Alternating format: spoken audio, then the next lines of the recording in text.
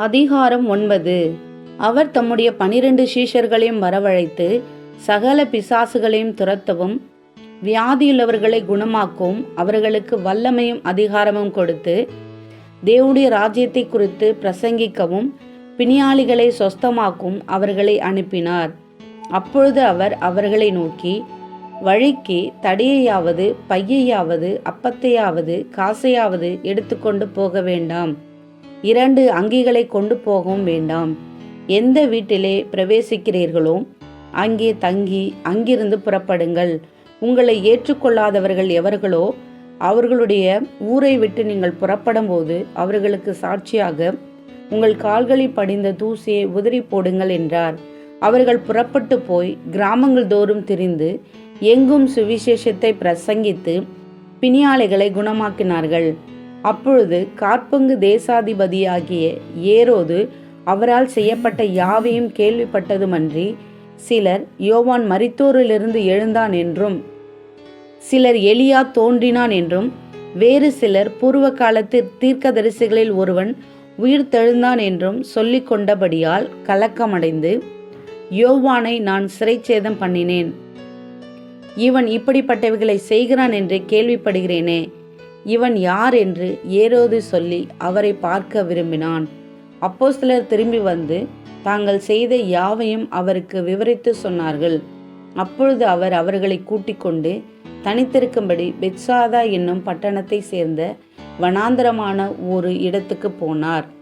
ஜனங்கள் அதை அறிந்து அவர் பின்னே போனார்கள். அவர்களை அவர் ஏற்றுக்கொண்டு தேவனுடைய ராஜ்யத்தை குறித்து அவர்களுடனே பேசி சொஸ்தமடைய வேண்டுமென்றிருந்தவர்களை சொஸ்தப்படுத்தினார். சாயங்காலம் ஆகிற போது 12 சேர்ந்து வந்து அவரை நோக்கி, நாம் இருக்கிற இடம் வனாந்தரமாயிருக்கிறது. சுற்றியிருக்கிற ஊர்களிலும் கிராமங்களிலும் ஜனங்கள் போய் தங்கி போஜன பதார்த்தங்களை சம்பாதித்து கொள்ளும்படி அவர்களை அனுப்பிவிட வேண்டும் என்றார்கள். அவர் அவர்களை நோக்கி, நீங்களே அவர்களுக்கு போஜனம் கொடுங்கள் என்றார். அதற்கு அவர்கள், எங்களிடத்தில் 5 அப்பங்களும் 2 மீன்களும் மாத்திரம் உண்டு. இந்த ஜனங்கள் எல்லாருக்கும் போஜனம் கொடுக்க வேண்டியதானால் நாங்கள் போய் வாங்கி கொண்டு வரவேண்டுமே என்றார்கள். ஏறக்குறைய 5000 புருஷர் இருந்தார்கள்.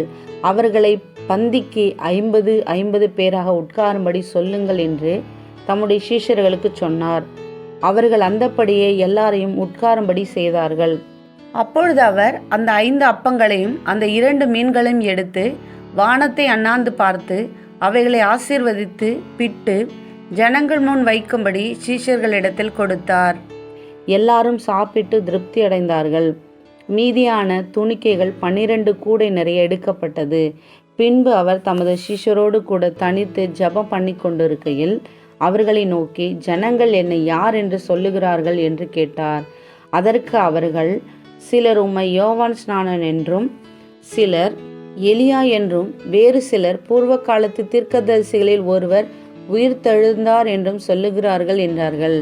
அப்பொழுது அவர், நீங்கள் என்னை யார் என்று சொல்லுகிறீர்கள் என்று கேட்டார். பேதுரு பிரதித்திரமாக, நீர் தேவனுடைய கிறிஸ்து என்றான். அப்பொழுது அவர்கள் அதை ஒருவருக்கும் சொல்லாதபடிக்கு உறுதியாய் கட்டளையிட்டார். மேலும் மனுஷகுமாரன் பல பாடுகள் படவும் மூப்பராலும் பிரதான ஆசாரியராலும் வேத பாரகராலும் ஆகாதவன் என்று தள்ளப்படவும் கொல்லப்படவும் 3ஆம் நாளில் உயிர்த்தெழுந்திருக்கவும் வேண்டும் என்று சொன்னார். பின்பு அவர் எல்லாரையும் நோக்கி, ஒருவன் என் பின்னே வர விரும்பினால் அவன் தன்னைத்தான் வெறுத்து தன் சிலுவையை அனுதினமும் எடுத்துக்கொண்டு என்னை பின்பற்ற கடவன். தன் ஜீவனை இரட்சிக்க விரும்புகிறவன் அதை இழந்து போவான். என் நிமித்தமாக தன் ஜீவனை இழந்து போகிறவன் அதை இரட்சித்து கொள்ளுவான். மனுஷன் உலகம் முழுவதையும் ஆதாயப்படுத்தி கொண்டாலும் தன்னைத்தான் கெடுத்து நஷ்டப்படுத்தினான் அவனுக்கு லாபம் என்ன?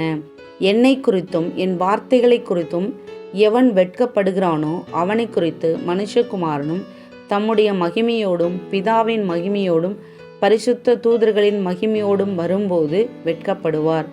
இங்கே நிற்கிறவர்களில் சிலர் தேவனுடைய ராஜ்யத்தை காணும் முன் மரணத்தை ருசி பார்ப்பதில்லை என்று மெய்யாகவே உங்களுக்கு சொல்லுகிறேன் என்றார். இந்த வார்த்தைகளை அவர் சொல்லி ஏறக்குறைய 8 நாளான பின்பு அவர் பேதுருவையும் யோவானையும் யாக்கோபையும் கூட்டிக் கொண்டு ஜெபம் பண்ணுகிறதற்கு ஒரு மலையின் மேல் ஏறினார். அவர் ஜெபம் பண்ணுகையில் அவருடைய முகரூபம் மாறிற்று.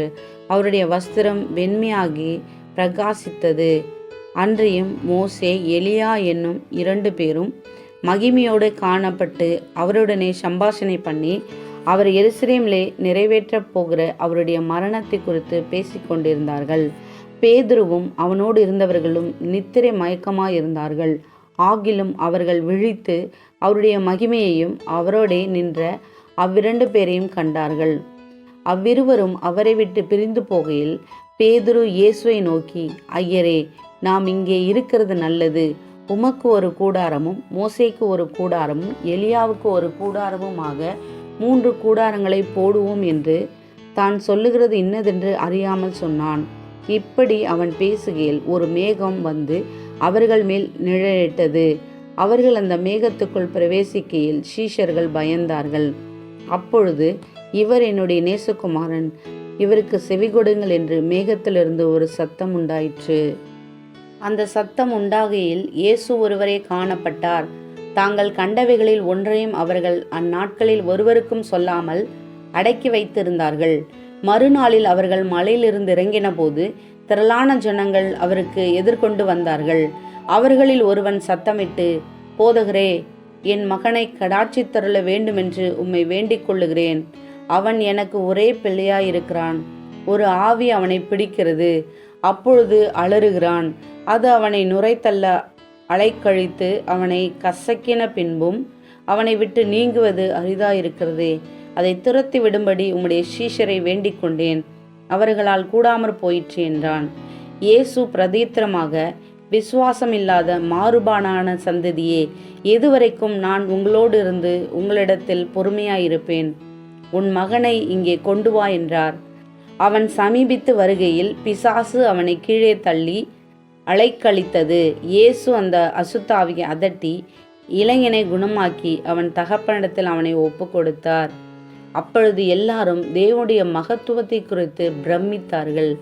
இயேசு செய்த யாவையும் குறித்து அனைவரும் ஆச்சரியப்படுகையில் அவர் தம்முடைய சீஷர்களை நோக்கி, நீங்கள் இந்த வார்த்தைகளை கவனமாய் கேளுங்கள். மனுஷகுமாரன் மனுஷர் கைகளில் ஒப்பு கொடுக்கப்பட போகிறார் என்றார். அவர்கள் அந்த வார்த்தையின் கருத்தை அறிந்து கொள்ளவில்லை. அது அவர்களுக்கு தோன்றாமல் மறைப்பொருளாயிருந்தது. அந்த வார்த்தை குறித்து அவரிடத்தில் விசாரிக்கவும் பயந்தார்கள். பின்பு தங்களில் எவன் பெரியவனாய் இருப்பான் என்கிற வாக்குவாதம் அவர்களுக்குள் உண்டாயிற்று. இயேசு அவர்கள் இருதயத்தின் யோசனையை அறிந்து ஒரு சிறு பிள்ளையை எடுத்து அதை தமதருகே நிறுத்தி அவர்களை நோக்கி, இந்த சிறு பிள்ளையை என் நாமத்தின் நிமித்தம் ஏற்றுக்கொள்ளுகிறவன் என்னை ஏற்றுக்கொள்ளுகிறான். என்னை ஏற்றுக்கொள்ளுகிறவன் என்னை அனுப்பினவரை ஏற்றுக்கொள்ளுகிறான். உங்கள் எல்லாருக்குள்ளும் எவன் சிறியவனாய் இருக்கிறானோ அவனே பெரியவனாய் இருப்பான் என்றார். அப்பொழுது யோவான் அவரை நோக்கி, ஐயரே, ஒருவன் உம்முடைய நாமத்தினாலே பிசாசுகளை துரத்துகிறதை நாங்கள் கண்டு அவன் எங்களுடனே கூட உம்மை பின்பற்றாதவனானபடியால் அவனை தடுத்தோம் என்றான். அதற்கு இயேசு, தடுக்க வேண்டாம், நமக்கு விரோதியாயிராதவன் நமது பட்சத்தில் இருக்கிறான் என்றார். பின்பு அவர் எடுத்துக்கொள்ளப்படும் நாட்கள் சமீபித்த போது அவர் எருசலேமுக்கு போக தமது முகத்தை திருப்பி தமக்கு முன்னாக தூதர்களை அனுப்பினார். அவர்கள் போய் அவருக்கு இடத்தை ஆயத்தம் பண்ணும்படி சமாரியருடைய ஒரு கிராமத்திலே பிரவேசித்தார்கள். அவர் எருசலேமுக்கு போக நோக்கமாயிருந்தபடியினால் அவ்வூரார் அவரை ஏற்றுக்கொள்ளவில்லை. அவருடைய சீஷராகிய யாக்கோபும் யோவானும் அதை கண்டபோது, ஆண்டவரே, எலியா செய்தது போல வானத்திலிருந்து அக்கினி இறங்கி இவர்களை அழிக்கும்படி நாங்கள் கட்டளையிட உமக்கு சித்தமா என்று கேட்டார்கள். அவர் திரும்பி பார்த்து, நீங்கள் இன்ன ஆவியுள்ளவர்கள் என்பதை அறியீர்கள் என்று அதட்டி, மனுஷகுமாரன் மனுஷருடைய ஜீவனை அழிக்கிறதற்கல்ல, ரட்சிக்கிறதற்கே வந்தார் என்றார். அதன் பின்பு அவர்கள் வேறொரு கிராமத்துக்கு போனார்கள். அவர்கள் வழியிலே போகையில் ஒருவன் அவரை நோக்கி, ஆண்டவரே, நீர் எங்கே போனாலும் உம்மை பின்பற்றி வருவேன் என்றான். அதற்கு இயேசு, நரிகளுக்கு குழிகளும் ஆகாயத்து பறவைகளுக்கு கூடுகளும் உண்டு, மனுஷகுமாரனுக்கோ தலை சாய்க்க இடமில்லை என்றார்.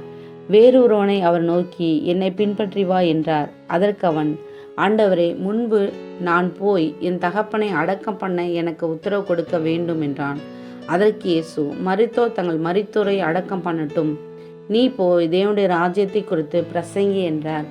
பின்பு வேறொருவன் அவரை நோக்கி, ஆண்டவரே, உம்மை பின்பற்றுவேன். ஆனாலும் முன்பு நான் போய் வீட்டில் இருக்கிறவர்களிடத்தில் அனுப்பி கொண்டு வரும்படி எனக்கு உத்தரவு கொடுக்க வேண்டும் என்றான். அதற்கு இயேசு, கலப்பையின் மேல் தன் கையை வைத்து பின்னிட்டு பார்க்கிற எவனும் தேவனுடைய ராஜ்யத்திற்கு தகுதியுள்ளவன் அல்ல என்றார்.